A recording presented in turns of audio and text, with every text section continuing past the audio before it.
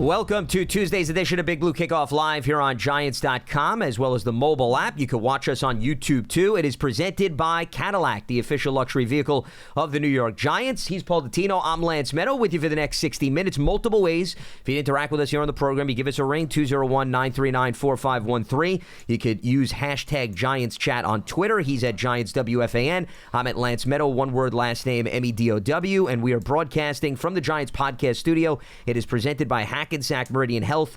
Keep getting better. So a lot to tackle over the course of the program. Some takeaways from the heartbreaking loss to the Saints on Sunday, and then looking ahead with the quick turnaround to the Eagles game coming up on Thursday here at MetLife Stadium. Brian Daboll actually is speaking to the media as we are on the airwaves here. So if anything comes to light from that, we will relay it. There was an injury report yesterday. Not that it was full-blown practice, given the fact that most of the stuff yesterday is walkthrough. But in terms of who did not take part in practice on Monday, you had Swayze Bozeman, their linebacker, Jermaine Illuminor, their starting tackle, then Demetrius Flanagan-Fowles, linebacker, and Darius Slayton. Both of the last two guys dealing with a hamstring injury, Illuminor back and Bozeman an ankle. Then there were a handful of players that were limited, including Jackson Dart. So we're expected to get an update on some of those players. I would say probably the one player that jumps off the page of that group is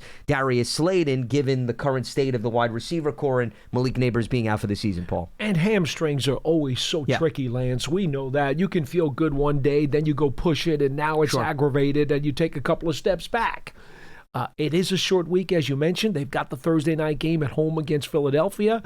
Now, to be honest, I'm real sketchy on Slayton's availability because I know how nasty those hamstrings can be. I mean, there's just no telling. And it doesn't even have to be like the next day. He could go out there, run a couple of routes in practice, and by the fourth snap, I feel a tweak. I mean, that's how those things go. So sure, I'm not real optimistic as we sit here today about Slayton. I feel a little bit better about Illuminor. And you just don't have enough treatment time during the course of the week, too, right? No. You know, if you have a few extra days, if we're talking about a Sunday game, that could go a long way in at least maybe helping you get out onto the field. And Illuminor with the back, I mean, that's another thing that could flare up at any time. You could feel great one day, you sleep awkwardly, and then all of a sudden, the next morning, it's a different story. I didn't get the impression, though, from even after the game was over, that he was in too much discomfort. Now, again, things can change overnight. You never know how a guy sleeps on it, and then the next morning he's feeling bad. But I don't think Illuminor is going to be as much of an issue. On the flip side for the Eagles, Saquon Barkley did not practice with a knee issue, though he did get through the game against the Broncos on Sunday. I think their most noticeable injury is Landon Dickerson, one of their starting guards, the ankle injury, because obviously he's been a staple of their play in the trenches, so that could be iffy given the quick turnaround there. He's dealing with an ankle injury, and then one of their tight ends, Grant Calcaterra, is dealing with an oblique injury, so he was the third and final player that did not participate. So not as big as the Giants' laundry list, but remember, statuses change quickly because today is going to be the first formal practice for both of these teams. Actually, it's going to be the only practice this week. Yeah, I mean, hey, look, I get it. The league does the Thursday games because it's financially very lucrative for them. We totally understand that. And the Players Union, getting a percentage of the overall league revenues, they okayed it and said, yeah, when they made Thursday Night Football a staple, the Players Union knew that it was going to mean more money in the pot for them, and so they went for it. Now, there are a lot of players, and you know this, certainly coaches, but a lot of players who will tell you, I wasn't really on board with this. I didn't like it so much. But at the same time, when they go and they cash their paychecks and they realize that the additional revenue by having Thursday Night Football from the networks, it really does pay off to everybody in terms of their pocketbooks, no matter how much they may grumble about the fact that they don't like to play on a Thursday. Well, because you get another network like Amazon Prime in the mix within the bidding war. So from a financial perspective, obviously that's all you need to know. I think we've had enough seasons where we get that there's a lot of cons, especially the road team is usually at an extreme disadvantage because they've got to travel, whereas the home team doesn't. So you're not practicing as it is, and then all of a sudden one of the days you've got to head to an opposing city. Eagles, Giants maybe is not as bad because they're relatively close. And I think that's one of the reasons. I would say, if you were to ask me, I don't like divisional games being on Thursday because they're too important. But I get why they'd want this game because from a geographical standpoint, it's not that stressful for the Eagles on a quick turnaround to go down the turnpike and come to MetLife Stadium. Well, I haven't talked to Mike North, who was involved in the scheduling process for the NFL, but they have a whole list of things as they're putting that schedule together that they will like or that they won't like. I would suspect one of the reasons that they wanted this game is because Amazon, being one of the partners who pays big money, over the course of the years since they've been involved in the package, they've tried to exert more and more influence as to some games that they thought would draw. Well, you know a New York-Philadelphia game is going to draw, if not just because of Saquon Barkley, but because of the two largest markets that you have. And in addition to that, there was also a thought that, well, if Russell Wilson's not playing, Jackson Dart probably will. So I understand. I'm sure Amazon put their 2 cents into like, hey, could we be considered for that game? Oh, without a doubt. And the heated rivalry going back decades, not just necessarily in recent history, which may have not been as competitive as the Giants had hoped. But I also think the strong selling point, whether the networks want it or not, is, for example, you had Niners-Rams last Thursday. If you have divisional games on Thursday, you figure the travel is less because normally the teams within the division that's part of it. Are within close proximity. So there are so many factors, correct. But I'm sure that's one of the nuggets on the table. Well, I will say this, from a coaching player perspective, it's at least a strong selling point to make the pill a little bit more digestible that, hey, if we're going to have to flip the script quickly, at least we don't have to get on a long flight, or maybe we could pull off a train ride or a bus ride. So that, I think, definitely comes into play. You could walk it. Absolutely. Yeah, they could corner off a section of the turnpike, and Paul Dottino will get his miles in, and everybody will be happy. That's all. Just like when George Martin walked across the entire country. There you go. Right? Why not? 100%. See, it's killing two birds with one stone. The only problem is I would mandate good weather. And I don't know if Mother Nature is going to Mother Nature will cooperate with that. But I would mandate good weather. I would consider walking to Philadelphia, but I would have to have good weather. Well, if you do that, then I will have the documentary crew, and I will be providing play-by-play commentary as you do that. So I'm signed up. I'll walk alongside with you, but I'll just be the narrator. Okay, well, so the other stipulation, I got to get Nike to sponsor it because I would have to. I would probably go through a couple of pairs. That's fine. Of my Nikes. Well, that's why if you have a production team, they will have extra pairs. Fine. And then you could just pull over to the side. You could change. Lack of interruption, and it's business as usual. There you go. We would accommodate you within every respect of that. All right, we're going to try to accommodate some of the topics that we teased off the top. I know, obviously, on yesterday's program, a lot was made of the Saints-Giants game. I just wanted to provide a takeaway or two, and then we can obviously move on to more of a preview, Paul, with respect to the Giants-Eagles matchup. But it goes without saying, when you turn the ball over 5 times, okay, you're not going to put yourself in a position to win, let alone remain competitive. But what I think needs to be brought up, the killer for the turnovers, it's not just that you lost possessions. That goes without saying. It's the fact that 4 of the 5 turnovers took place when they were in Saints territory. Correct. That's what made it worse than any other element that you want to put under the umbrella, because you at least were in a position, at worst, maybe you could have gotten a field goal opportunity, and you do the math, 4 times 3, 12 points. I'm not saying that they're going to walk away with a win, but it does change the dynamics and now how the Saints have to attack things very differently. The worst one of all was Scadaboo's fumble inside the 15 because that turns into 7 on the fumble return. That was the lone right zone one. Yep. That's the one, to me, more than any other of those turnovers. That was the one that really stuck that fork in my eye. And when you do that, and, oh, by the way, the opposition scores a touchdown, then you're really asking for it. Yeah, because there's nothing you can do about it. They returned the fumble. They're gone. There is no defense for that. Plus, it was a Saints offense that was not necessarily lighting up the scoreboard, was also still working on getting explosive plays, which they wound up Why are we getting. Doing this? Well, I don't want to relive this. No, I get it. Well, I'm just providing It's a house of my voodoo. perspective. The Giants are 4-10 all time in that Superdome. It is a terrible, terrible, terrible, nightmarish, horrible place for the Giants to play. It's a very nice stadium, by the way. And the people are incredibly kind. I love it how you're sugarcoating it on the back end, but go ahead. Well, they are. Yeah. They're very kind people. They're lovely people. They're nice I'm sure people. they appreciate that commentary. And the stadium, incredible. The way they've redone the Superdome over the years since Katrina and so forth, it's spotless. It has survived the test of time. It was built in 1975. Think about this. 75.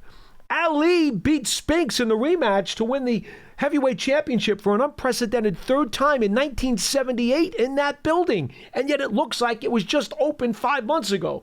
They have done a great job with the building. Folks, New Orleans, I love your building. I just hate what happens there. 4-10. And the voodoo is so strong. I do think there's somebody in a closet somewhere in that building who has a Giants doll, and bang, they're just sticking pins in it left and right. I believe that. Now, is it one Giants doll, or do they rotate personnel? Do they have an entire team of dolls? Like, do they have 11 personnel on offense? I think they probably have a white jersey and a blue jersey. A blue jersey. Giants doll. That's convenient. And they figure out, okay, what jersey are the Giants going to wear in and this? And they match it up. And we're just going to get that whole bucket full of pins and just start sticking them. Sure, yeah. Well, the voodoo, in fairness, didn't work too well when Eli threw for 6 touchdowns. Okay? No, it did, because Breeze threw for 7. And then Brad Wing got called for a face mask on the last play from scrimmage, and the Saints kicked a 50-yard field goal to beat the Giants. So the operator of the voodoo doll then only showed up in the fourth quarter, is what you're saying? He waited to the very last play. Okay, so he took off the first 3. He let the Giants have some fun, and then he came out of the closet in the fourth, and all of a sudden these voodoo people know exactly what they're doing. They know exactly where to stick the pins, too. Yeah, I hear, witches are very popular in the Big Easy. You may want to do I'm some having research fun, and look folks, into but that. it's the only way I can prevent myself from crying or doubling over in pain. And that's why we have boxes of tissues on the left to the right of the studio. And Johnny Mac, help me out here. Will you please get this man off the subject? I don't want to talk about that game anymore. I know. The nerve of me to weigh in on a game that happened 2 days ago. I'm sorry. What was I thinking in terms of weighing in on that subject matter? As we move forward in all seriousness, as far as this Philadelphia matchup, which I think Paul can at least maybe squeeze in a little analysis, we hope. The Eagles, a lot has been made, Paul. And this drives me nuts, really, with every opponent, but specifically the Eagles. Well, Philly's not who they were previously. They haven't been getting the ball to Devontae Smith and A.J. Brown. The passing attack is not necessarily electric, and they blew a 17-0 lead to the Broncos as Denver scored 18 unanswered and this and that. First of all, based on what the Giants are going through right now, they are in no position to take any team for granted or say that they are in the driver's seat against a team that may not be playing its best football. Plus, if you really want to go deep into the mental exercises and gymnastics, how about the Eagles so irritated based on how Sunday's game played out, and now you're getting that team after suffering their first loss of the season on a quick turnaround? I mean, if you really believe in powers that go above and beyond X's and O's, then you could throw that on the fire as well. Philly is still an extremely dangerous team. I think, though, the biggest priority of all, even if you don't think they're explosive in the passing attack, Saquon also plays a role within that passing attack. Remember, he caught a touchdown against Denver. 47 yards. So I don't want to hear anything about maybe the receivers having doing the heavy lifting or Dallas Goedert when Barkley, they can run on routes and all of a sudden they can hit him for the home run. So you have to account for him in terms of the ground attack as well as what he could do easily as a receiver out of the backfield. Look, Lance, let's not kid ourselves. No matter how much Philly's is scuffling recently, and we've heard the complaints about the passing game not being on track and how A.J. Brown is a bit disappointed. He's not getting his targets. Barkley in the last couple of games has had trouble even cracking the 50-yard mark in any of those games rushing-wise. So I understand all of that stuff. But it's still the dreaded Philadelphia Eagles, a team that's owned the Giants for the better part of the last 15 years. Okay? And it all comes down to this. If you're going to have a chance to win this game as the Giants, you better play clean football first. And second of all, you better make some plays above the X's and the O's. I mean, to revisit the game the other day, Slayton drops the bomb. then the flea flicker, which was a tougher play to make. It was a little bit underthrown. A little bit underthrown, and the DB actually got his forearm on the ball when it came down. But if you're going to make plays above the X's and O's, you got to make that play. Now, I didn't grade him for a drop on that one. But if you want to be a winning football team, you've got to reach above the stars and occasionally make a play that you're not supposed to make. And that was against the New Orleans team that was winless. You're talking about an Eagles team that, while they are scuffling some, they're 4-1. Yeah. So they find ways to win games, despite. And by the way, the reason that the Eagles are 4-1, there are two reasons more than anything else. First of all, they're playing sound defense. Second of all, they have been unstoppable in the red zone. I believe their red zone percentage is 92%, by far leading the NFL. Can you check on that for me? I will. I'm going to look that up right now. They don't get stopped inside the 20. And obviously, when you have a terrific offensive line and you have an outstanding running back and you have a quarterback who is very strong with his legs, and I'm not just talking about running around, I'm talking about power running too, that spells doom for the other team in the red zone. The only way that their red zone number is going to come down is if you force them into making mistakes. And you know what? They don't make them. 92% red zone conversion rate. The number that I thought it was. Well, and by the way, and I know crazy. It is crazy, and it's a small sample size because we've only been through 5 games. But just to give perspective, the next closest team, Paul, number 2 in the NFL, is at 77%. Yeah. So think about the distance between. It's the Dolphins, by the way, and the Lions are right on the back of Miami. They're just below at 76%. So that's a noticeable differential between the Eagles and then the next 2 closest teams. I want to give you a couple of numbers here, Lance. And folks, I want you to understand this within context. Offensively, the Giants have had a better year than Philadelphia has, except in the red zone. 92% compared to 32% last in the league for the Giants. Think about that. 92% to 32%. First team, 32nd team. But in terms of first downs per game, yards rushing per game, yards passing per game, the Giants are ahead of Philadelphia in every offensive category. If I asked 100 people on the street this morning, do you think true or false? 99 of them would have said false. I guarantee you they would have said false. The only thing I would say, as we're talking about context, in fairness, Paul, is I do think the Cowboys game skews the numbers a bit. It does. Okay? It does. Because let's look at it. Outside of that Dallas game where they put up 37, they have not scratched the surface of that scoring output or that first down output in any of the other games. And the Eagles had 2 30-point games. Correct. So I think you got to look at it at least through that lens.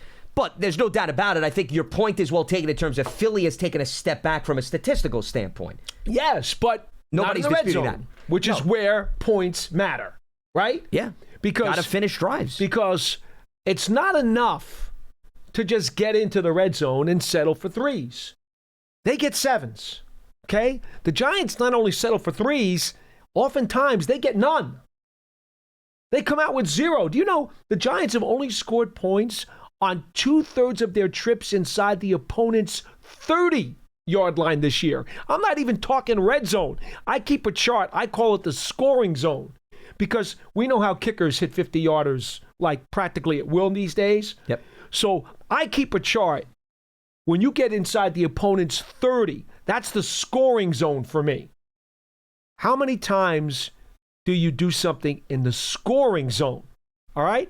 Let me just give you numbers here because I have this right here. This tells you partly why the Giants are in such a mess right now. Because inside the scoring zone, they have only put up points on 2/3 of those opportunities. And I have the breakdown. It is 14 of 22. 14 of 22, 64%, have the Giants put points on the board when getting to the other team's 30-yard line. So you're taking into consideration field goals and or touchdowns. 7 for 7 on field goals. Okay. And 7 touchdowns. They've also fumbled the ball away once. They've thrown an interception once. They've lost the ball on downs 6 times. that's what you get. Yeah, and then once again, when you move closer, which is to the red zone, you're talking about a conversion rate, and this is just touchdowns of 32%. Think about it. The Eagles are 92%, the Giants are 32%. I mean, those cannot be more extreme. No. So that is what is separating both of those squads easily. Quite honestly, I know everybody, rightfully so, was as disgusted as could be, as was I, with the New Orleans Saints game the other day. But Brian Daboll was right about one thing. They actually moved the ball pretty effectively. They really did. Yeah. Well, that's why we talked about the turnovers being in New Orleans territory, 4 of the 5. Dart did a pretty good job, certainly in the first quarter and a half. I mean, he was as perfect as he could be. He looked at sensational. They ran the ball somewhat effectively. Remember now, and this doesn't necessarily go with my blood, but it's part of what the Giants are right now. The quarterback is part of the rushing attack. Yep. And we've seen him take advantage of that. And the Giants are running for 110 yards a game as a team, in part because the quarterback has been running for 40 and 50 yards a game these last couple of games, with Dart taking off with his legs. Well, that is part of their attack now. Whether or not I prefer the quarterback to run, it's a matter of fact. Dart's legs are a part of what they do. And the Giants are middle of the pack in rushing this year. Middle of the pack. And that's an improvement. The offensive line, folks, it hasn't been as bad as it was in years past. They've actually gotten better some. I just wonder, you hit on an interesting point. As Dart plays more and more games, and with Darius Slayton now banged up, all of a sudden, opponents can now start moving those safeties up a little bit more because they don't fear the passing attack, especially if they're saying, hey, our corners can handle the guys one-on-one on the boundary, which means, do you now start bottling up Dart a little bit better with him not having the ability to extend plays with his legs, and now you put the Giants in tougher third down situations or even second down situations? How much does that change the dynamics of the offense? That's something to monitor. Remember, now he's going up against, not that Brandon Staley wasn't a good defensive coordinator. I think Staley has proven that. Didn't work out necessarily as the Chargers head coach, but a really polished DC. Now he's going up against Vic Fangio. And of the 3 opponents thus far, I mean, this is by far his most challenging defensive coordinator that he will have seen, right? I mean, it's not even close. Yep. Jesse Minter, solid DC, but spent a lot of time in the college level. I just mentioned Brandon Staley. Fangio is as good as it gets in terms of NFL history as scheming up defenses. So that's going to be something to monitor. How do teams, now they realize, okay, Dart is, to your point, a prominent part of the run game. We're not going to let him all of a sudden spark things. We want to make him more of a conventional passer. Do you bring more personnel up, and does that now limit his pathway? And at some point, you'll start seeing a spy. Yeah. A little bit too. Absolutely. We got some updated information from Dan Salamone, the senior writer at Giants.com, who was out at Brian Daboll's presser just a short time ago. The Giants are going through a jog-through practice today. Darius Slayton not working, nor is Illuminor, nor is Flanagan Fowles, nor is Bozeman. So those are all the guys, by the way, that did not practice on Monday. And that we said earlier. Status quo. Yeah.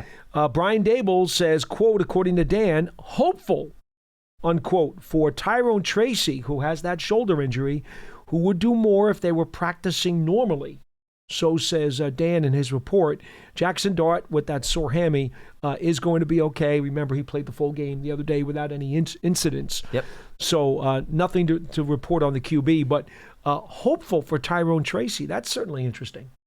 Well, if they can get an additional running back, him is just more of a spread the wealth type of mentality. Scadaboo's done a really nice job, but Tracy and Scadaboo, I think, offer the Giants perhaps a different look. And as I mentioned, if teams start honing in on Jackson Dart, at least you could turn back to your more conventional running backs. And we know Tracy can handle the load. He could also help out, by the way, in special teams. And that's the one other thing I want to touch on before we open up the phone lines here. And you can also tweet at us at Lance Medow, one word, last name, Medow. He is at Giants WFAN.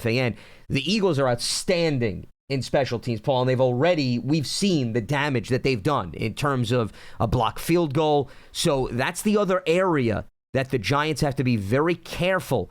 The Philadelphia special teams has manufactured and put points on the board. They haven't just changed field position, they've scored. And they're coming off the Giants a game in which they turned the ball over 5 times. It all came from the offense. The last thing you want to do is shorten the field for the Eagles offense or give them an explosive play in that area. That is a major problem for a lot of opponents because Philadelphia gets great penetration.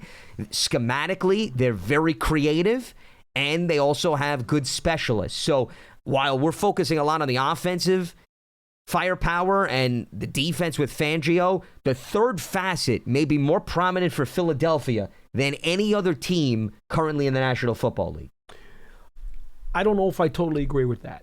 That's more reputation than numbers. Well, I'm seeing it this season. Well, this season, they are 16th in punt returns and 31st in kickoff returns. Those are not good numbers. Well, 16th's not bad. I would say middle of the pack. 16's fine. But also, that's fine. But that doesn't take into consideration the blocking and the coverage. I'm talking about the return. You're talking about the return. I was talking about the coverage as well. Giants are number 1. And by the way, how many times did you hear me during the offseason talk about the Giants' emphasis on special teams? Right now, the Giants are one of the best special teams unit in the entire league. Do you know they are number 1 in punt coverage? They're allowing less than 4 yards per punt return. Now, Gillen's done a nice job, Number 1 in the league, and Gillen is a part of that. He's been terrific. Kickoff returns. Giants are giving up less than 23 yards per kickoff return. That is 4th in the league. Their coverage units are 1st and 4th in the NFL. So, to be honest with you, yes, you do have to worry about Philadelphia's ability to block kicks. That I agree with. But their return game right now is not very explosive, and the Giants have the best coverage units in the NFL at 1st and 4th in the league. So if you really want to talk about a way that the Giants could help themselves, tilt the field, okay? Tilt the field with that outstanding coverage units that you've been putting on game day. Use those guys to help stick Philadelphia deep and make them earn every drive. How about that? Well, you'd rather them go 80 to 90 yards as opposed to half the field. And the reason also I'm bringing up, even if you want to say it's track record more, remember, the Giants only turned the ball over 3 times in the first 4 games. I'm talking about on offense or as a team, and then wound up coughing it up 5 times against the Saints. So you can tell me all you want about how good it's looked in one area. Philadelphia makes you uncomfortable. I would say in areas that even you may have succeeded. And they do have a few return guys that they've utilized. They've had some injuries, but you look at Jahan Dotson, who's a veteran, John Mechie, who they're working in, Will Shipley, and Tank Bigsby, who they acquired from the Jaguars. All of those guys I mentioned have handled kickoffs, and the only one that's handled punts is Jahan Dotson. And Jake Elliott back to maybe his old self. He's 5 for 5 in field goals. He had an off year last year, but I think he's regrouped a little bit in that department. So that's a facet that could very well dictate the tone of this game, because it's not just about whether or not they can put points on the board, it's also starting field positioning, which is what you were hinting at. The other huge number that sticks out like a sore thumb when you look at this Eagles team, and again, it's one of the other reasons beside the red zone number that they are 4-1, and they've escaped despite the fact that they've scuffled some. They're the only team in the NFL that has not thrown an interception. That's it. 0. In 5 weeks, yeah, 7 touchdowns, no picks. Thrown a pick. They have the fewest giveaways of any team in the league. They've only lost 1 fumble. That's it. That's ridiculous. No, not prone to mistakes. So you can't go in thinking, oh, this is going to be, the game where, I mean, listen, weird things happen in the NFL. I just mentioned the Giants had a skyrocket, but to go in expecting that you're going to turn them over religiously, I think is a little naive. If they have 1 giveaway in 5 games, it stands to reason that every week they're thinking they're going to be plus in the takeaway ratio. Why wouldn't they feel that way? The mathematics prove it out. And what do we know about turnover ratio? Usually he provides you the winner. Well, look at the Jaguars. The Jaguars are first in the NFL in takeaways. They're +8 in turnover differential, and they knocked off the Chiefs. And they're also a team that has just 1 loss on the season. Philly is +4, by the way. So that puts them in the top 10 in the NFL. They're tied with the Chiefs. And you read the numbers, so I'm not going to repeat them in terms of how well they've played clean football. And that's also a reason why they're able to stay in games when maybe their offense is not necessarily clicking, because they're maximizing possessions and they're not coughing it up to the opposition. They and that don't goes a long make way mistakes, too. And they put 7 on the board when they get chances to. It's that simple. Those are the two reasons more than anything else. And again, solid defense. No, don't doubt the defense. It's a solid defense. But if you're playing clean football and you're getting 7s instead of 3s or 0s, wow, are you going to help your chances every single week? I mean, just the scoring. You were talking about the points that the Eagles have scored, that they had a pair of games in the 30s, but they have held all 5 of their opponents to, you're talking about 26 points or less. The most was the Rams, who scored 26. The Bucs had 25. So 3 of their 5 opponents have had 20 points or less, and 2 in the teens. So they've done a pretty good job, and they lost a lot of personnel up front based on what transpired during the offseason. So it speaks volumes about Fangio and the job he continues to do in terms of plugging in the holes. All right, let's open up the phone lines as we move forward here on Tuesday's edition of BBKL. Lance Medow, Paul Dottino with you. It is presented by Cadillac, the official luxury vehicle of the New York Football Giants. And we check in. Donnie is in Queens joining us here on BBKL. What's happening, Donnie? What do you got for us? Hey, guys. Good afternoon. Before I get to the Giants, just want to wish John Marrow all the best. Hopefully he comes out healthy, and the fan base is rooting for him. For sure. We would echo your sentiments. Yeah. Mad at the team, not mad at John, and wish him all the best. Paul, I spoke to you a couple weeks ago after the Dallas game, you and John, and I said, here we go again. And, unfortunately, that's exactly how this feels. 1-4. With a gauntlet here ahead of us, and we're kind of looking at a similar situation with Daniel's rookie year now, where a seemingly incompetent management team and coaching staff are going to stack up losses with a rookie quarterback, and they're going to have to make a decision what to do in terms of moving forward with those two, and then balancing that with the quarterback. Last time they kept the GM, they got rid of the coach. And it just really feels like we're just kind of spinning our wheels here. I'm very curious why the Giants are going into game days with 2 open roster spots. You're seeing things like you're talking about how they had an emphasis on their special teams. Well, guess what? Special teams barely makes a difference in the game. It's not a big enough part of the game. They basically eliminated the No, kickoff. try the Cowboys that, because special teams won the Cowboys game when they kicked the last-second field goal in the fourth quarter. Come on, man. You know better than that. You're better than that. Don't come up with stuff that's out of left field. You're better than that. Paul, you're talking about their kickoff units and their coverage units. Mm-hmm. Those very seldom shift games. And not with the new kickoff rule. Not with the new kickoff rule. The new kickoff rule is definitely changing the value of special teams. It's bringing it much more back than you think it is. Well, I'll agree to disagree on that. But my larger point was going to be that focusing on that in the offseason as opposed to perhaps the depth you have at wide receiver or the depth that you have at quarterback, keeping guys like Jalen Hyatt, who brings 0 value to the team, leaves you in this spot where if the one true playmaker you have goes out, you have nothing. They're throwing nothing out there at wide receiver. The quarterback probably should have sat, because this is where we're at now, where he's in a spot now where he's playing with non-NFL to below-average NFL talent all around him across the board. Besides Andrew Thomas, essentially, at this point. So these things, like these minor victories where, maybe they're covering punts well. Well, great. Teams barely punt. They go for it more than times now because of the new kickoff rules. They're basically spotting teams the ball at the 35-40. It doesn't matter. Why is Deontay Banks still splitting snaps at quarterback when he stinks? It's just like all these things that they do are just completely illogical and nonsensical. And it's just like, and I'm just ranting. I feel bad I'm taking it out on you guys. It's just, listen, Donnie, let me just jump in here. First of all, we're at the same old crap. Well, Shane Bowen, and listen, we'll let you go on that note. Appreciate the phone call. Shane Bowen actually was asked yesterday during his press conference about splitting Cordell Flott and Deontay Banks, and he mentioned that he likes Banks' athleticism. and his aggressiveness at times at the line of scrimmage, and that's why they continue to work him in. It doesn't mean that it's going to stick like that. Things could change, but that was at least what Bowen had provided. He was asked that exact question that our last caller brought up. That's number one. Number two, in terms of the depth chart, they did address the quarterback depth chart this offseason, so I would not throw that out. I mean, they completely revamped the room. So, I mean, to criticize that aspect doesn't necessarily add up. As far as the wide receiver core, they unfortunately have been hit with injuries, but this is what I always pose to fans who want to revisit things that happened in the past. Who was out there that you think the Giants should have gone after and also could have afforded, given the resources that they put in, remember, to Javon Holland and Paulson Adebo, too. They spent a lot of resources on defense. Chauncey Golston.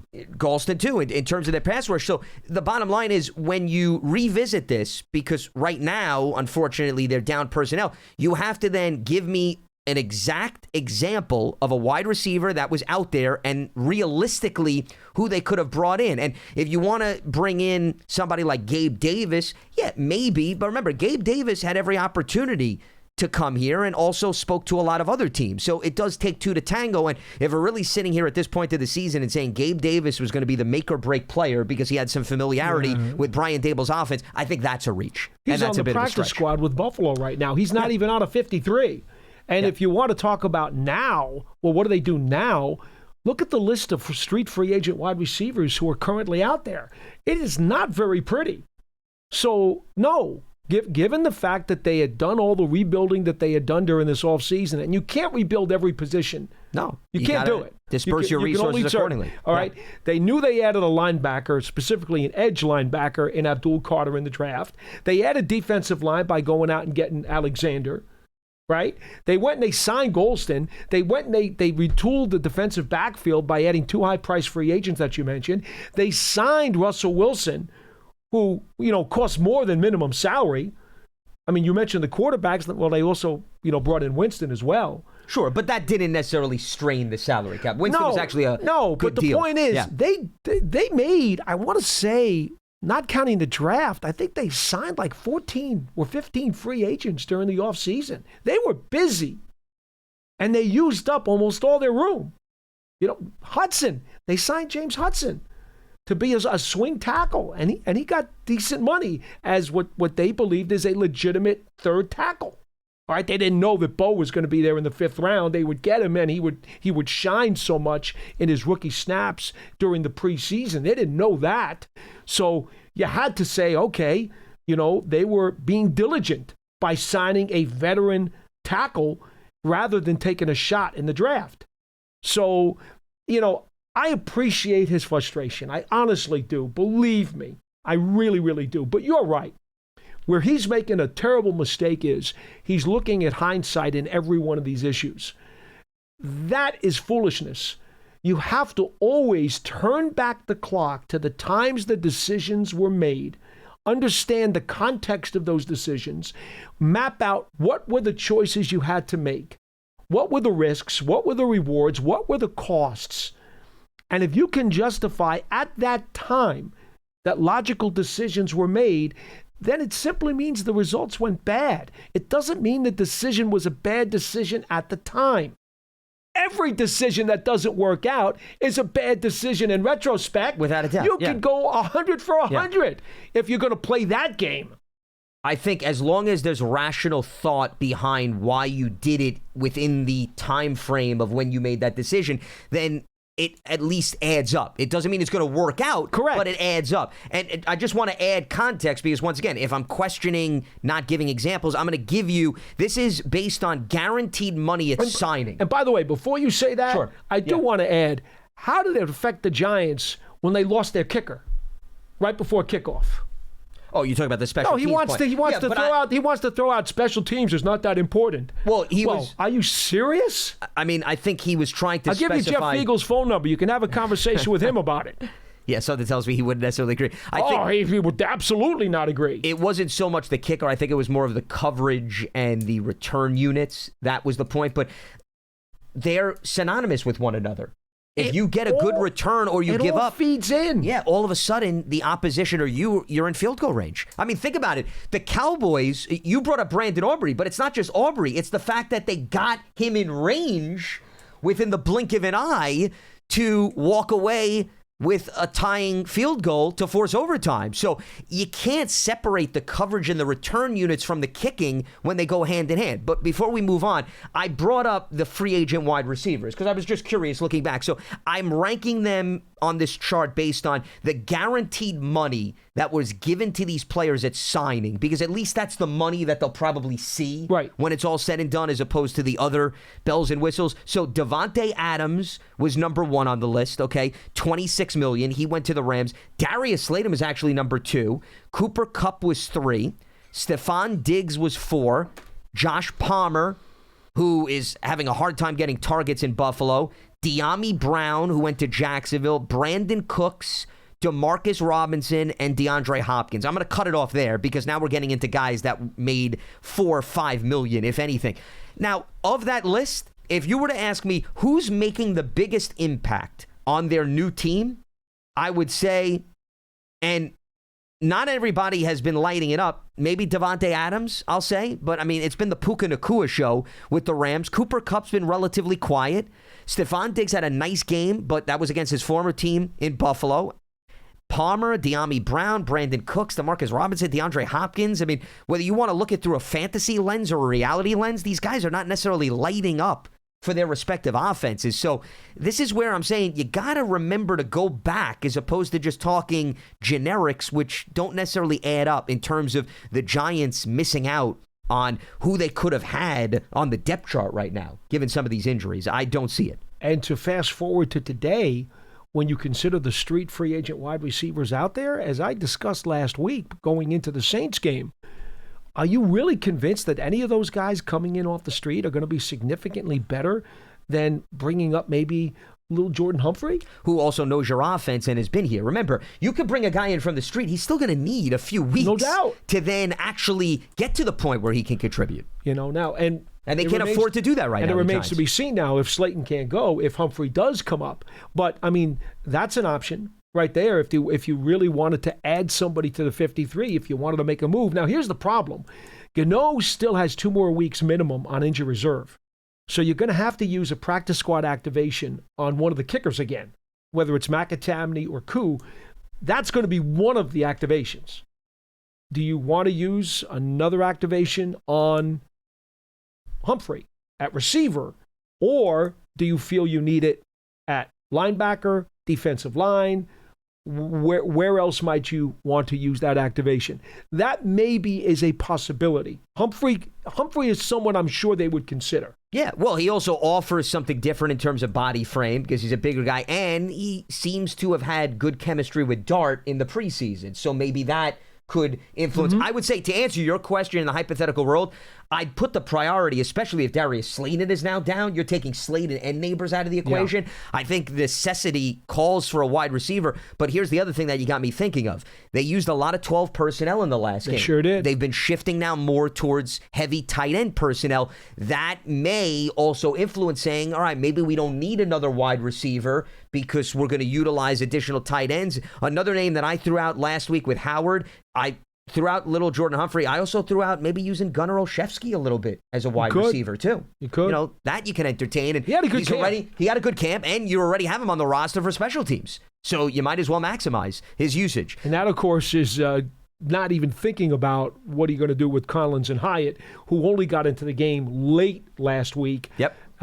Collins, I charged him with a drop on that one over the middle. No, I'm understandable. Sorry, but I had to. It's a drop. Let's head back to the phone lines. We check in with Coach Kevin in Arizona. Coach Kevin, welcome aboard. What do you got for us? Hey, guys. How you doing? Hey, I was just wondering if Coach Kafka actually scripts his plays early in the game, because early in the game, obviously, he was really on target with the 12 personnel. Yeah. And the tight ends, and you just mentioned that, and that's the key. That's the key in this game. When you have young receivers coming in that have not worked with Jackson Dart very long, you're going to have what you saw. and that's a lot of missed timing, drop balls. I saw Jackson say a few words to one of the receivers, not making a block for him when he scrambled. I mean, I think they're just not all on the same page yet. Maybe the young receivers just need more time with Jackson to kind of get on the same page. I could see there was not really a cohesion there, but 11 personnel looked horrible in the second half, especially 12 personnel. Things were cooking with those tight ends.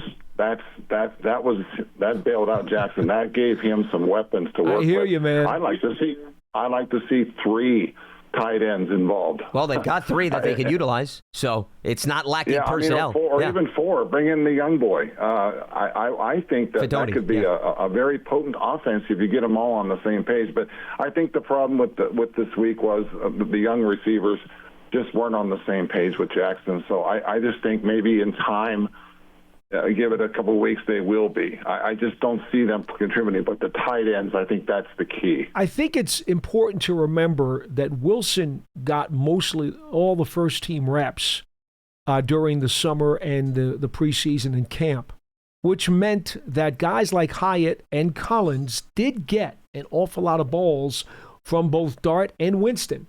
So I don't know if your point holds as much water as you think it does. You know, because Wilson was throwing more to Slayton and throwing more to Robinson, and Neighbors did have a lot of practice times off because he was on load management. But as far as the younger guys who got in the game in the fourth quarter, Dart has thrown an awful lot to those guys since the summertime. And the other thing is also since the regular season started, they have then had him run sort of a simulated practice after with some of the younger guys who stay behind to work out with Dart. So I don't know. I would agree with Paul. Kevin, I don't think it's necessarily maybe a reflection. But this is what I will say, and this is what I thought you were hinting at. What I think was evident against the Saints is Dart also does a good job extending plays. And sometimes receivers who run their routes have to all of a sudden adjust on the fly because they could still make a play. For example, there was the play, not this game, against the Chargers, where Dart's calling Darius Slayton back, and he's saying, Darius, come back. We could still maybe gain positive yardage. So some receivers are not used to that. And while Russ wasn't a statue, Russ was not necessarily extending plays to the degree that Dart is. So I think that's more of the adjustment than maybe not being on the field enough with him. That's a good point. Don't you think, though, that when you got something that's working, you shouldn't change it? I think Kafka got off the playbook and started when he went to 11 personnel. I think that was kind of an error. And looking back at the game, the first half, the first quarter especially, with the use of the tight ends, if it's working and you're scoring pretty much at will, why change? Yeah, why I understand. Personnel? I don't understand that. I understand. I think it was game flow. And I think game flow, unfortunately, when things went bad with the 5 consecutive turnovers by the Giants, game flow, they went into the locker room. This is why we were talking before the show, and that's another reason I didn't want to deal with the Saints game. But in the last 7.5 minutes of that second quarter, it was a complete nightmare. A complete nightmare. You went up from 14-3 to down 16-14 going into halftime. And to be frank with you, I thought if the Giants came out with the third quarter kickoff and had scored on that drive, I thought they would be okay. When they turned it over again, I was like, the game flow is not where they want it to be. And if you notice, that's when they got away from the double tight ends. That's also when suddenly the 70,000 plus fans in the Superdome, on every key play after that, they started hitting 100 decibels on the audio meter. Oh, they're much more into it. Yeah. Before that, they were 83, 85. They touched 90 once. You could feel the game getting away, and the Giants felt more. A sense of urgency to go with the 3 wide receivers because they needed to maybe throw the ball a little more and get downfield with some speed, right? Yeah, and that game flow totally destroyed them. It was.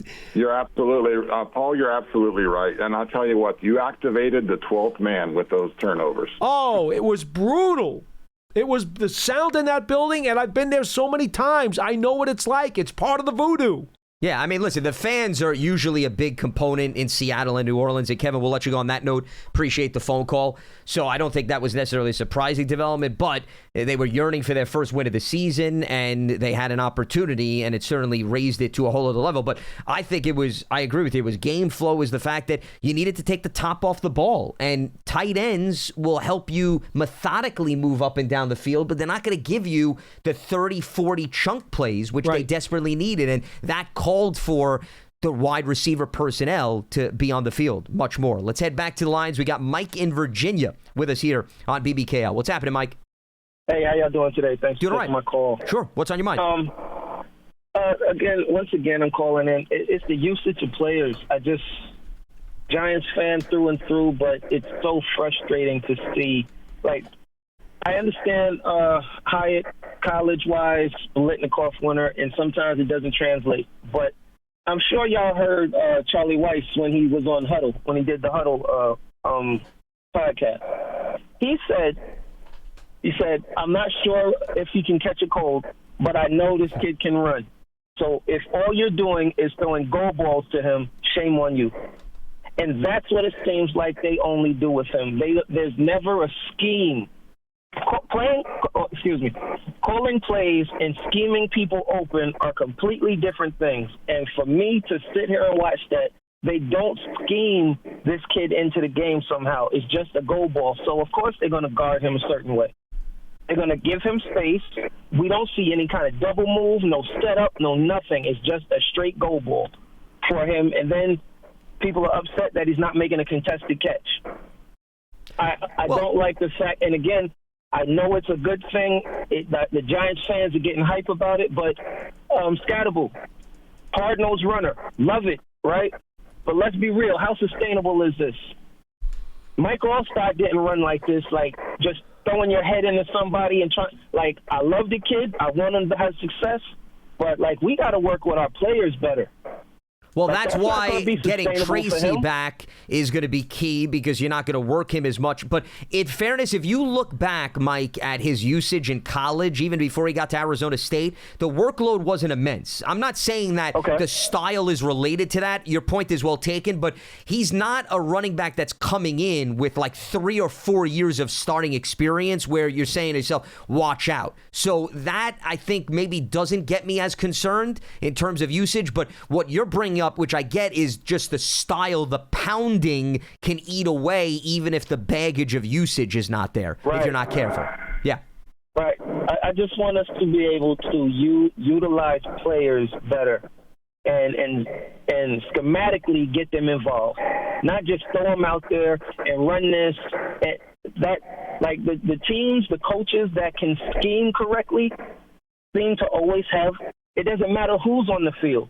The Shanahan's, Rams coach, they can scheme their players open. They use motion to get somebody open. Like, people can talk about Hyatt can't get off a jam. So how about you put them in motion? You're not jamming them in motion. Right? Well, now I will say this: one of the things that I have suggested also, you can use a bunch formation, or you could use a stack formation. And sometimes those things are very good to spring a guy free and to cause some confusion in the secondary. You're so right, Paul. Yes, but how do we see this and they don't utilize it, and then they just want to put them to the side? Now we're in a horrible situation. Both of our top receivers are down, right? Now Slayton, he has his ups and downs, right? But he's the one of the better receivers on the team, and I get it. But now what are we going to do? At this point, you have no choice. But, again, I just want us to use our people correctly. Please, this is so frustrating to watch. We have talent. I wasn't one of these kind of fans that looked at our wide receiver room and was like, oh, no, we don't have it. I see everybody for their individual and what they can do. Like, we know Wando Robinson is the slot. He's like a Steve Smith type, very, very quick in and out of his cuts, can catch the ball, get upfield. And you use him like that correctly. Neighbors is our everything.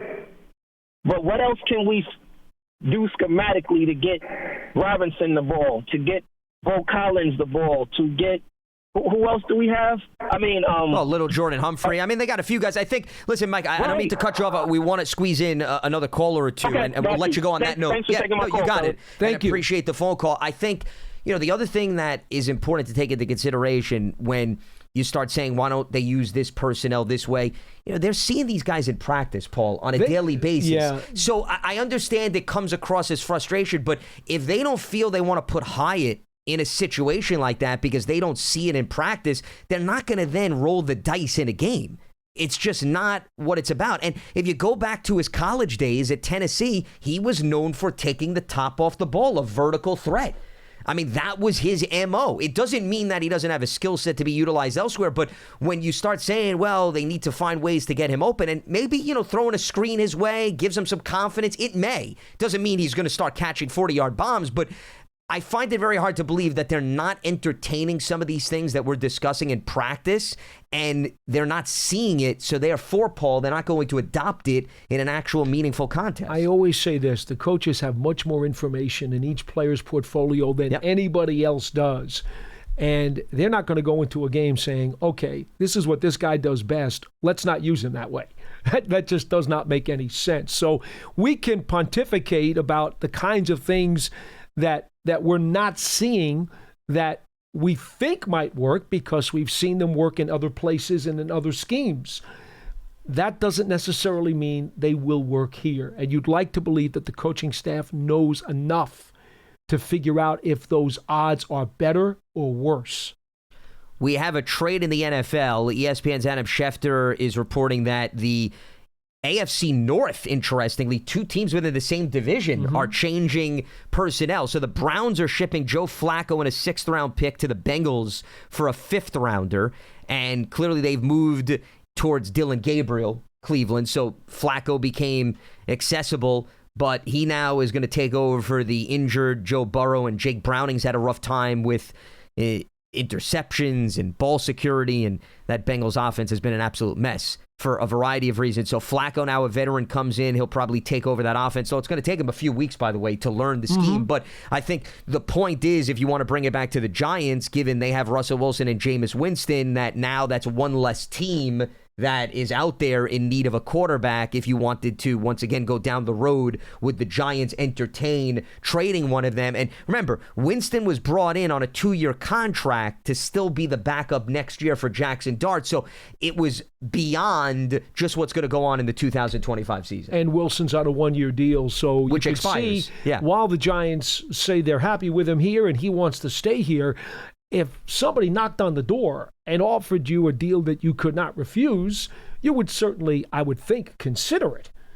But the trade deadline is November 4th, and at this point, the one real needy team of a veteran quarterback with a lengthy resume has now gotten a guy in Joe Flacco. Well, because Burrow, once again, is going to miss extensive time and may be out for the remainder of the season. Some of the other players that have been hurt, like Lamar Jackson, it doesn't look like it's a long-term Baltimore's injury. not going to do anything. So it's hard to find, at least as it stands right now, another suitor. I would agree with you. I think Cincinnati was by far the most sensible destination for a veteran, and it's Joe Flacco that is going to now continue his tour of the AFC North. All right, let's head back to the phone lines.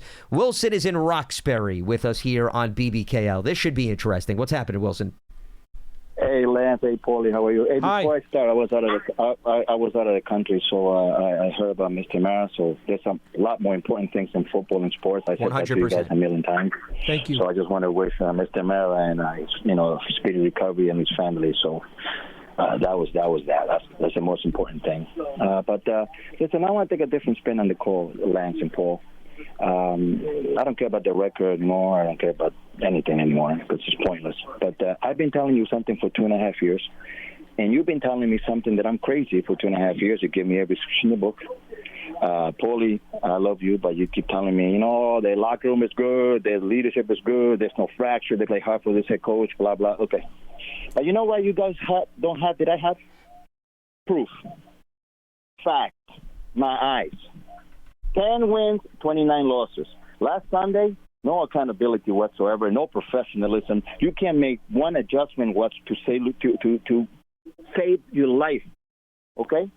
And at the end of the day, the proof are going to back me up. And excuses, unfortunately, are going to, not back you guys up.